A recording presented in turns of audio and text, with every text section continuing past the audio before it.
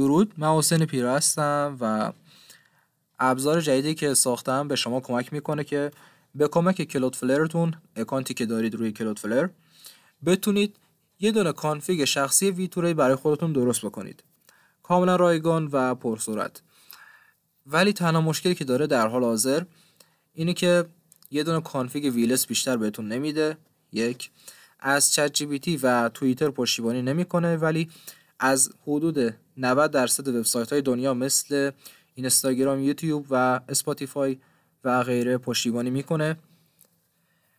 و اینکه برای سرویس‌های توسعه دهندگان مثل اندروید استودیو و فایر بیس هم خیلی خوب کار میکنه.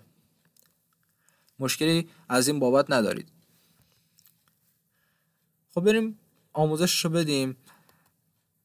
من اینجا وارد حساب کلودفلر خودم شدم، درسته؟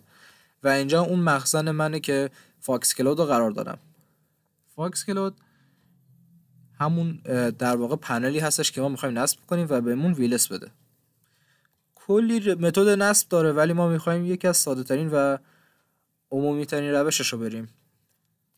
این قسمت در قسمت ریلیز آخرین چیزی که نوشته لاتست، یعنی آخر نسخه است، بزنید روش تا باز بشه. فایل worker.js رو دانلود میکنید.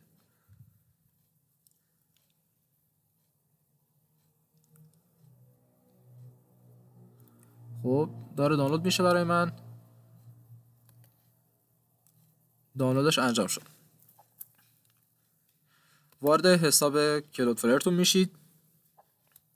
وقتی که وارد شدید از منوی سمت چپ، یعنی همون ساید بارش، اسکرول بکنید به طرف پایین و قسمت ورکرز رو انتخاب کنید. بازش کنید و ورکرز اند پیجز رو بزنید. اگر اینکه تازه اکانتتون رو ساختید، اینجا چند تا گزینه میاد، مثلا نوشته یه هلو ورد بسازید و غیره. ولی چون من از قبل 2 تا پروژه دارم، چنین چیزی برای من نیاورده. خب چیز سختی هم نیست. شما اون گزینه آخر که نوشته get start with hello world اونو میزنید، یه هلو ورد براتون میسازه. خب حالا من اینجا یک create application بزنم، بله چنین صفحه‌ای براتون میاد. خب یعنی وقتی که شروع میکنید، من این گزینه آخر رو میزنم، یه نام دلخواه براش انتخاب میکنم، حالا انگلیسی باشه حتما، همین میذارم باشه که آدرس من دقیقا همین میشه. و خودش هم یه فایل worker.js داره که باید بزنم دیپلوی بشه. این تمپلیت بیسشه.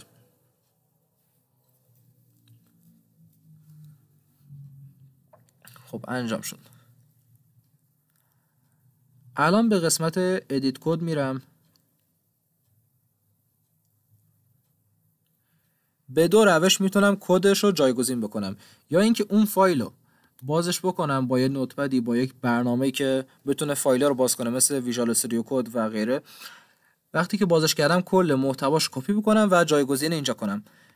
روش بعدی اینه که این قسمت رو بزنید تا فایل ها باز بشن و فعلی رو دیلیت بکنید. کلیک کنید و کلیک راست کنید و بزنید که دیلیت بشه. حالا این قسمت علامت به علاوه داره دیگه، نیو فایل، ولی من نمیخوام چه این کاری کنم. چه کار میکنم؟ روی همین جایی که هستم کلیک راست میکنم و آپلود رو میزنم. پیدا میکنم اون فایل رو، بله اینجاست. انتخابش میکنم. فایل من آپلود شد. حالا میزنم دیپلوی.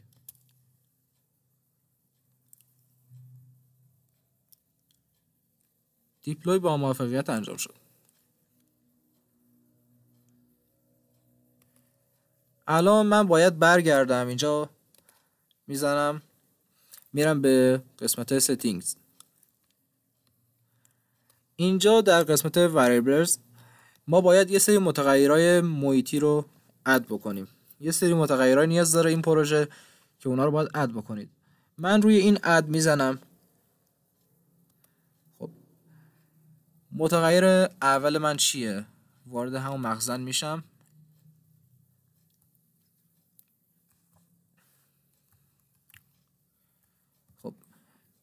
UUID هستش که شما داخل اینترنت جستجو بکنید UUID جنریتور، براتون کلی ابزار میاد، کلی ابزار، حتی داخل خود ویندوز هم میتونید بسازید، داخل لینوکس، بدون که بخواید از اون ابزارهای آنلاین استفاده کنید. تک تک اینا رو توی خود همون فایل مستندات اینجا توضیح دادم. یعنی اینجا ببینید من کلی براتون آموزش قرار دادم که تک به تک میتونید اونا رو بخونید و ازش استفاده بکنید یا برای بهبود پروژه استفادهش بکنید. خب من چون ندارم میام از اون دیفالتش استفاده میکنم. ببینید شما میتونید کلی قرار بدید، نه فقط یه دونه، و اونا رو با کامای انگلیسی از همدیگه جدا میکنید. من فعلا میخوام یه دونهشو بردارم، تا اونجایی که کاما هست کپی میکنم و اینجا قرارش میدم. اینجا نوعش رو میذارم UUID و مقدارش رو یکی از اون UUID های خودم رو میذارم. یه دونه دیگه اد میکنم. این چی قرار باشه؟ پراکسی آی پی. پراکسی آی پی اینجا ببینید متغیر بعدی منه. اینجا کپیش میکنید و داخل مقدارش لیست پراکسی آی پی هایی که اون شرکت کلودفلر بهتون ارائه داده رو استفاده میکنید که شامل آی پی و اینجا 2 نقطه میذارید و پورتش رو قرار میدید. اینا مثل بالایی میتونه با کاما از هم دیگه جدا بشه، یعنی شما میتونید اینجا چه یه دونه چه 3 تا چه 1000 تا قرار بدید کار میکنه، ولی حتما سالم باشه اون پراکسی آی پی. من همین 3 تا رو فعلا قرار میدم، بعدا میتونید خودتون ویرایش بکنید و تعدادش رو بیشتر کنید، یا اصلا اگر اینا از کار افتادن شما میتونید اونا رو بیشتر بکنید. انجام شد و روی دیپلوی میزنم.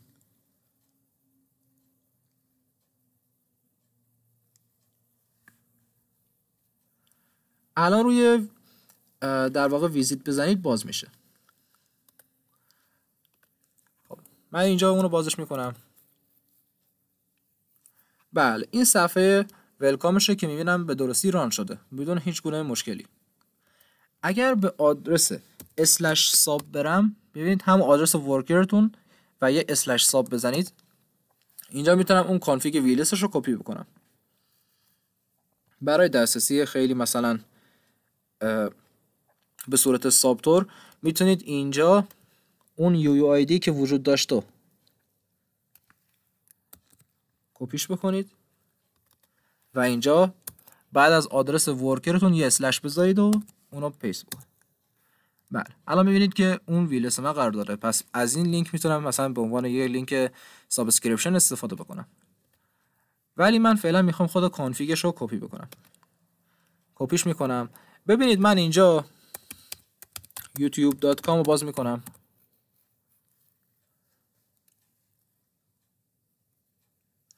حالا چرا برای من میاد؟ چون تنظیمات DNS همه. بذارید من بهتر اون رو انجام بدم. بیام تنظیمات DNS رو بردارم.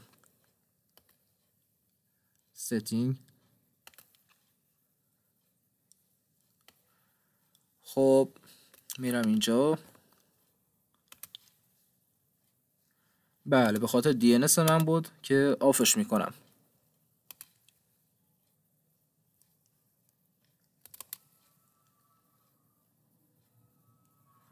خب یه گست مود باز میکنم.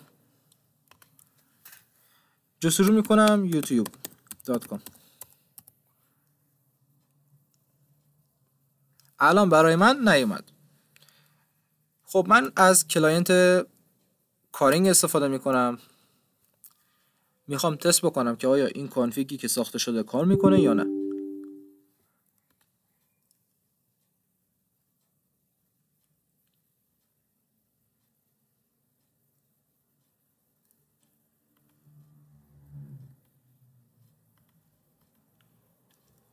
خب به قسمت اد پروفایل میرم و import from clipboard کانفیگ رو ایمپورت کردم. یه نام دلخواه براش میذارم، مثلا my config. سیوش میکنم. برمیگردم اینجا my config میزنم تا تستش رو بگیره.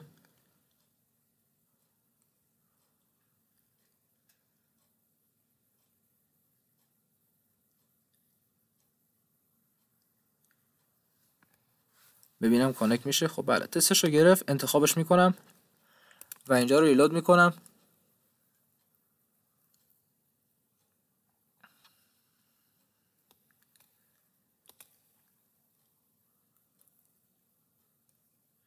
بله اومد. مثلا اینجا جستجو کنم پراکسی کلود.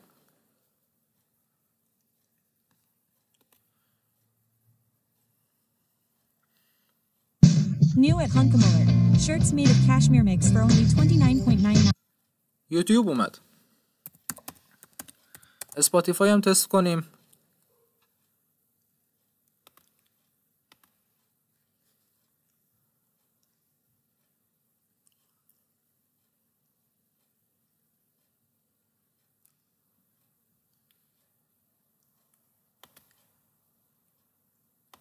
خب به من میگه باید وارد شم. مهم نیست. خب اسپاتیفای هم با موافقت لود کرد و یه چیز دیگه بود، اینستاگرام.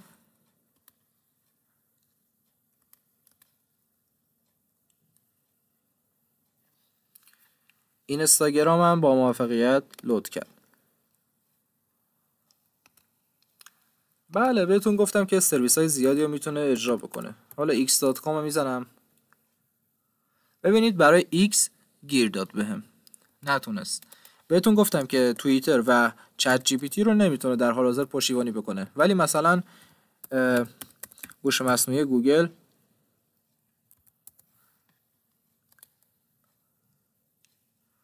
اونو با موفقیت آورد. محصولات توسعه دهنده هم تست کنیم مثل اندروید استودیو.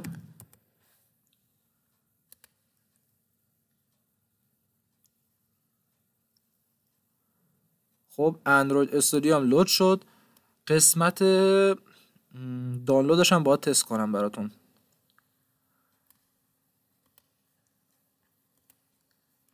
میام اینجا تاییدش میکنم، دانلود.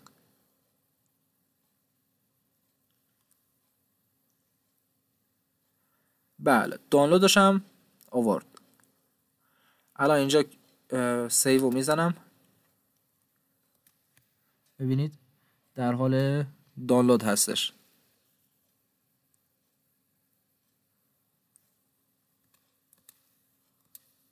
خب سرویس های توسعه دهنده هم پشتیبانی میکنه. امیدوارم که راضی باشید و ازش استفاده بکنید و حتما صفحه توییتر منم دنبال بکنید. خیلی ممنون و خدا نگهدار.